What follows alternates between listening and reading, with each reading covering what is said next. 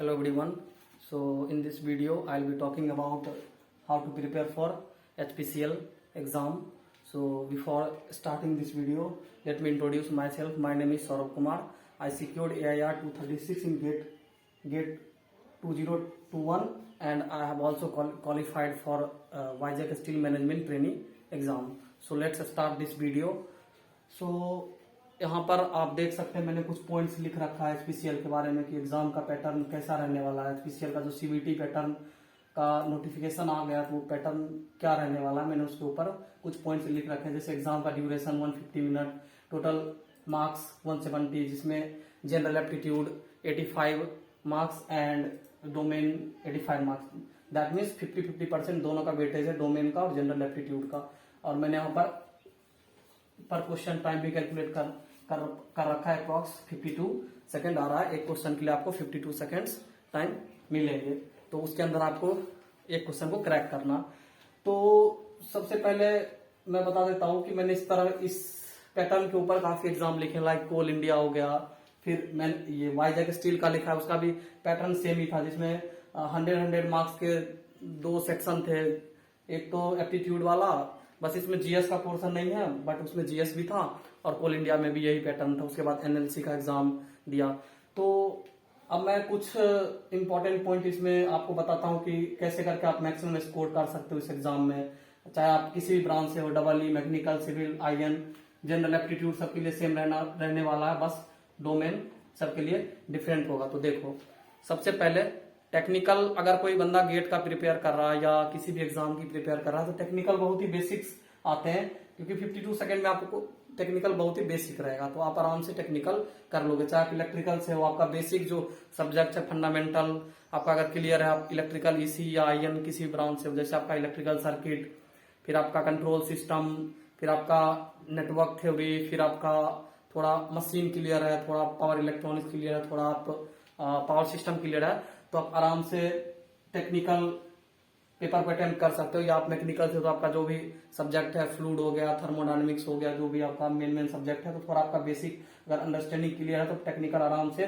85 में आप 75 या 80 तक टारगेट कर सकते हो। देखो, मेरा भी क्या था कि नॉन टेक वाला पोर्शन थोड़ा वीक था, तो मैं हमेशा टेक्निकल के ऊपर टारगेट पहले करता था, क्योंकि मुझे पता था कि मेरा टेक्निकल स्ट्रॉन्ग है, मैं उसको ज्यादा प्रेफरेंस देता था। तो मेरा हर एक एग्जाम में लगभग 100 में 90 मार्क्स, 91, 92 आते थे टेक्निकल पेपर में।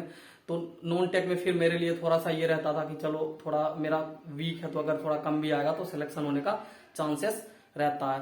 तो मेन जो मेरा, अगर कोल इंडिया में भी मैंने दिया था तो उस समय मेरा नॉन टेक्निकल बहुत ही, मतलब काफी कम प्रिपेयर किया था मैंने, तो उसके कारण मेरे उसमें मार्क्स कम रह गए थे, जिस कारण उसका कट ऑफ क्लियर नहीं हो पाया था। जबकि टेक्निकल में मेरे उसमें भी अच्छे मार्क्स आए थे। तो आपको फोकस क्या करना, आपको मेन फोकस जो टारगेट करना है वो करना जनरल एप्टीट्यूड के ऊपर। इसको अगर आपने, इसके ऊपर अगर आपने ग्रिप बना लिया तो ये एग्जाम आप आराम से इस एग्जाम को ले जाओगे। तो इसमें as per the syllabus 3 section आएंगे, जिसमें एक तो होगा आपका न्यूमेरिकल एबिलिटी, उसके बाद रीजनिंग होगा और जनरल इंग्लिश होगा। तो इन तीनों टॉपिक के ऊपर आपको कमांड बनाना इस एग्जाम को क्लियर करने के लिए। टेक्निकल तो देखो, आप वही प्रीवियस ईयर एक बार इन सब एग्जाम को लगा लो, एसएससी जेई का, कोल इंडिया का, फिर वाइजैक स्टील मैनेजमेंट ट्रेनी का, तो इनसे आपको आइडिया लग जाएगा कि क्वेश्चन किस तरह से आता है। अगर आपको लग रहा है कि हाँ कुछ मतलब डाउट है, कुछ चैप्टर में डाउट है, कुछ कोई सब्जेक्ट ऐसा आपका वीक लग रहा है, तो उसको थोड़ा थॉरोली एक बार रिवाइज कर लो टेक्निकल में, तो उससे क्या होगा, और फिर टेस्ट लगा दो। टेस्ट बहुत ही इंपॉर्टेंट है, कोई भी एग्जाम आप दे रहे हो तो उससे पहले उस सब्जेक्ट के ऊपर टेस्ट लगाओ। हर एक सब्जेक्ट से, हर एक चैप्टर से आप 50 टेक्निकल में क्वेश्चन निकालो टेस्ट के थ्रू, तो आपका उससे कॉन्फिडेंस आएगा कि आप कितना कर पा रहे हो, और आप फिर आपको लगेगा हाँ मेरा डायरेक्शन जो है सही है। अब देखो, नॉन टेक में क्या करना, मैं ज्यादातर इसके ऊपर फोकस करता हूँ, क्योंकि मुझे पता है कि ये कितना इंपॉर्टेंट है एग्जाम को क्लियर करने के लिए। ये हर कोई कर लेता है, ये वाला जो सेक्शन है ना, ये मैक्सिमम स्टूडेंट्स इसमें अच्छे मार्क्स स्कोर कर लेते हैं, लेकिन आके यहाँ पे फंस जाते हैं। तो मेनली मेरा फोकस इस पे है। तो देखो, जैसे मैं पहले आता हूँ जनरल इंग्लिश के ऊपर। तो देखो जनरल इंग्लिश में जो टॉपिक है, जैसे फिल इन द ब्लैंक्स हो गया, सिनोनिम्स हो गया, डायरेक्ट इनडायरेक्ट स्पीचेस हो गया, कंप्रीहेंशन हो गया, स्पेलिंग टेस्ट हो गया, पार्ट्स ऑफ स्पीच हो गया, स्पॉटिंग एरर हो गया, एरर डिटेक्शन हो गया, स्पेलिंग टेस्ट हो गया, पैराजम्बल्स हो गया, ये सब जो टॉपिक है इन सबको आपको करना है। तो देखो, इसमें मैं बोलूँ तो मोस्ट इंपॉर्टेंट क्या क्या आपको ज्यादा फोकस करना है। एक तो स्पॉटिंग एरर हो गया, एक आपका पार्ट्स ऑफ स्पीच अच्छा होना चाहिए कि उससे क्वेश्चन आना 100% रहता है कि आएगा ही। आपका थोड़ा कंप्रीहेंशन अच्छा होना चाहिए कि आप एक पैसेज आपको दिया है तो आप उसको अच्छे से अंडरस्टैंड कर पाते हो, फिर उसके ऊपर आपके पास जो भी क्वेश्चन आएगा उसको आप आंसर आराम से कर पाओगे। तो एक आप पैसेज पे ध्यान दो, एक आप इस पार्ट्स ऑफ स्पीच देखो, सब्जेक्ट वर्ब एग्रीमेंट देखो, टेंस देखो, उसके बाद थोड़ा बहुत आप स्पेलिंग टेस्ट भी देख सकते हो, पैरा जंबल भी आसान होता है, और फिल इन दी ब्लैंक्स, इतना आपको करना है। जैसे कुछ टॉपिक्स इसमें है डायरेक्ट इनडायरेक्ट स्पीच, ये भी आप कर सकते हो, इजी होता है। वॉइस, एक्टिव पैसिव वॉइस, ये भी इजी होता है। तो देखो प्रॉब्लम कहाँ पे आता है, सिनोनिम्स एंटोनिम्स के ऊपर, क्योंकि अब ये बहुत बड़ा चैलेंज हो जाता है कि इतना वर्ड हम कैसे स्टोर करें, तो थोड़ा ये डिफिकल्ट पार्ट होता है। अगर आपके पास कम टाइम है, मैं कहूंगा कि आप इस पे ज्यादा फोकस ना करें, आपको थोड़ा बहुत वर्ड्स जो इंपॉर्टेंट है आप उसको एक बार देख ले, वो वर्ड्स में भी अगर आ जाए तो आप कर सकते हो, वरना अगर एग्जाम में आएगा तो आप अगर निगेटिव नहीं है तो आप थोड़ा उसको उस हिसाब से अपने हिसाब से ऑप्शन के हिसाब से आप देखना कि कौन सा मैच कर रहा है। अगर निगेटिव रहेगा तो फिर आपको वो क्वेश्चन अवॉइड करना। तो मेरे हिसाब से तो इन सब चीजों पे फोकस करो, इंग्लिश के ऊपर, और हर एक टॉपिक से आप 15 से 20 क्वेश्चन लगाओ, हर एक टॉपिक जितने भी है। तो उससे क्या होगा कि आपको आइडिया लग जाएगा कि इस तरह से क्वेश्चन इस पे फ्रेम होता है और मेरा इसमें नॉलेज कैसा है इस टॉपिक के अंदर। तो अकॉर्डिंगली आपको उस हिसाब से आगे प्रिपेयर करना है उस टॉपिक को। तो मेरे हिसाब से आप हर एक टॉपिक में 10 to 15 क्वेश्चन करो। जो भी इंग्लिश का अगर पेपर है तो 10 to 15 क्वेश्चन हर एक टॉपिक से करो, हर एक टॉपिक से। जो भी जैसे मैंने फिल इन द ब्लैंक्स बताया तो उससे 20-25 क्वेश्चन निकाल लो। उसके बाद आप एक्टिव पैसिव का 20-25 क्वेश्चन करो। इन सब से थोड़ा थ्योरी पढ़ लो इनका। अगर आपको लगता है कि मुझे थोड़ा कम आता तो आप इस पे फोकस करो, इन सब चीजों के ऊपर। तो इससे आपका क्या होगा, कॉन्फिडेंस बिल्ड होगा। ये अगर टॉपिक आपने कर लिया ना तो आपका एग्जाम क्लियर होने से कोई नहीं रोक सकता। सेकंड थिंग आते हैं न्यूमेरिकल एबिलिटी के ऊपर। देखो न्यूमेरिकल एबिलिटी क्या है कि हम लोग उसको हल्के में ले लेते हैं कि यार यह हो जाएगा, हो जाता है, बट प्रॉब्लम कहाँ आती है, टाइम का। क्योंकि आपको एक क्वेश्चन के लिए 52 सेकंड मिल रहा है तो आप कर तो लोगे। देखो ये तो सबने पढ़ा होता है, बचपन से हमने पढ़ा है, लेकिन क्या होता है कि मेन ये होता है कि टाइम आपको कैसे मैनेज करना।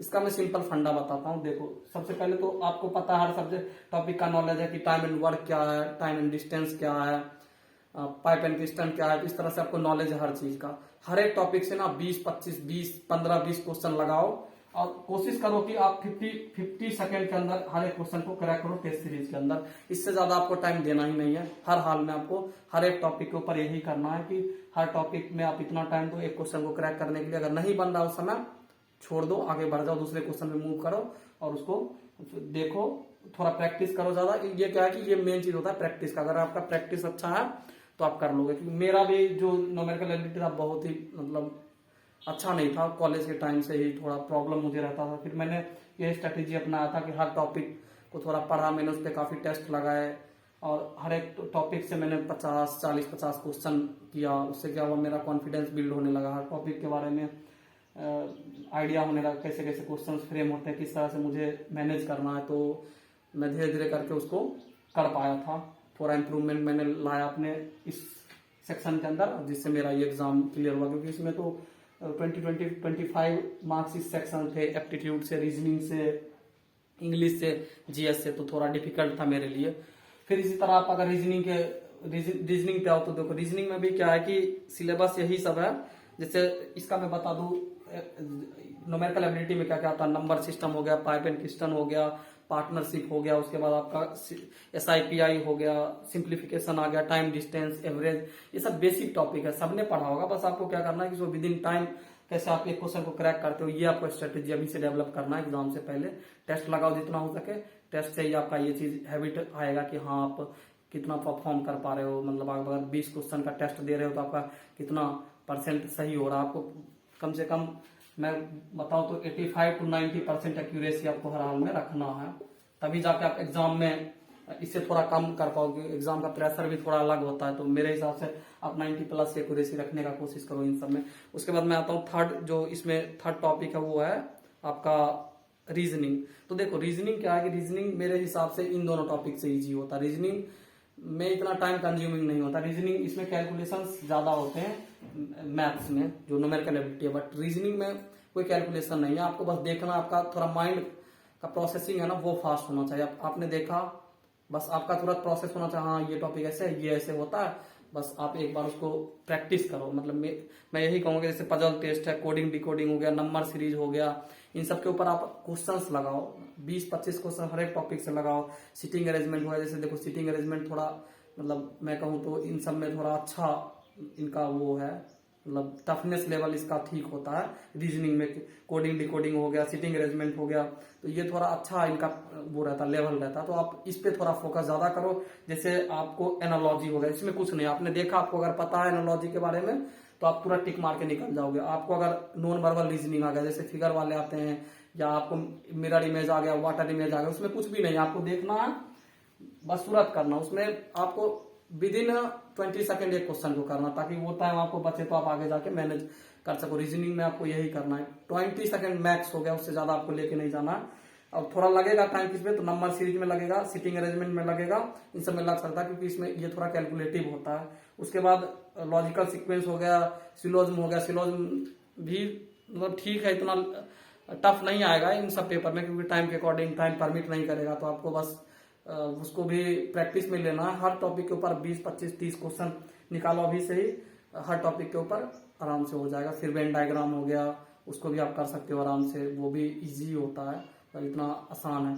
तो हर टॉपिक के ऊपर मैं यही कहूँगा 20-25 क्वेश्चन लगाओ, टेस्ट सीरीज के ऊपर लगाओ, प्रीवियस ईयर देखो एसएससी का लगाओ, और भी कोई एग्जाम है जो भी इसके इक्विवेलेंट आती है उसका पेपर देखो, जैसे कोल इंडिया का लगाओ या मैनेजमेंट ट्रेनिंग का लगाओ, इसका वाईजेक का, इन सब का पेपर का देखो और आप क्वेश्चन करो।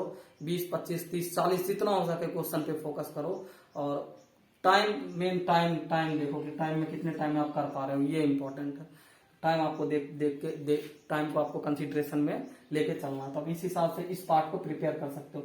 देखो टेक्निकल में मैंने बता दिया कि आप प्रीवियस ईयर लगाओ, ईएससी का लगाओ, ईएससी का लगा लो, एसएससी जेई का लगा लो प्रीवियस ईयर, इन सब का प्रीवियस ईयर लगाओ, किसी भी ब्रांच से हो तो एसएससी जेई का, उसके बाद ईएससी का प्रीवियस ईयर लगाओ।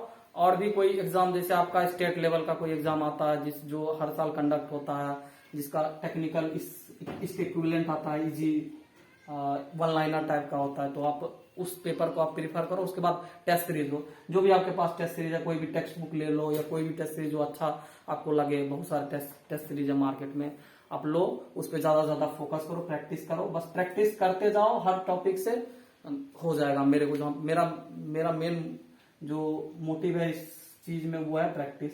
आप प्रैक्टिस ज्यादा से ज्यादा करो, जितना कर सकते हो हर एक टॉपिक के ऊपर, तो एग्जाम इजिली क्लियर कर सकते हो। आप इसमें फोकस इस पे ज्यादा रखो, इस पे थोड़ा कम रखो, क्योंकि ये आप हर हमेशा पढ़ते ही रहते हो डोमेन वाला, तो जनरल एप्टीट्यूड हम लोग नहीं पढ़ते हैं, डोमेन वाला फिर भी हम लोग रेगुलर गेट के लिए या किसी भी एग्जाम के लिए करते रहते हैं। तो इस पे ज्यादा फोकस रखो, इस पे कम रखो, इस पे ज्यादा फोकस रखो, जितना ज्यादा हो सके, क्योंकि यही अल्टीमेटली आपको एग्जाम क्लियर करके देगा।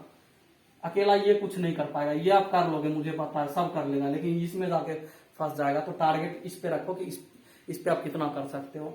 तो ठीक है, चलो, आई थिंक ये आपको समझ में आया कि जो मैंने पॉइंट्स बताए वो पॉइंट्स आप एक बार समझो, लिखो, और इसको आप फॉलो करो, डेली रूटीन में लाओ, तो आराम से एग्जाम आपके लिए एग्जाम बहुत ही इजी बन जाएगा। क्वेश्चंस बस प्रैक्टिस करते जाओ। तो चलो ठीक है, बने रहो नेक्स्ट वीडियो में, चैनल को सब्सक्राइब करो, शेयर करो, मिलते हैं फिर नेक्स्ट वीडियो में कोई और नए स्ट्रेटेजी के साथ। मे बी मैं एचपीसीएल के ऊपर एक और वीडियो लेके आऊंगा, थोड़ा डिटेल्ड एनालिसिस करूंगा, ये डोमेन वाला जो सब्जेक्ट है इसके ऊपर भी थोड़ा आपको अच्छे से बताऊंगा, क्या क्या सिलेबस है, क्या क्या आपको अच्छे से पढ़ना चाहिए। तो चलो बने रहो, नेक्स्ट वीडियो में सब्सक्राइब करो, शेयर करो। Thank you for watching.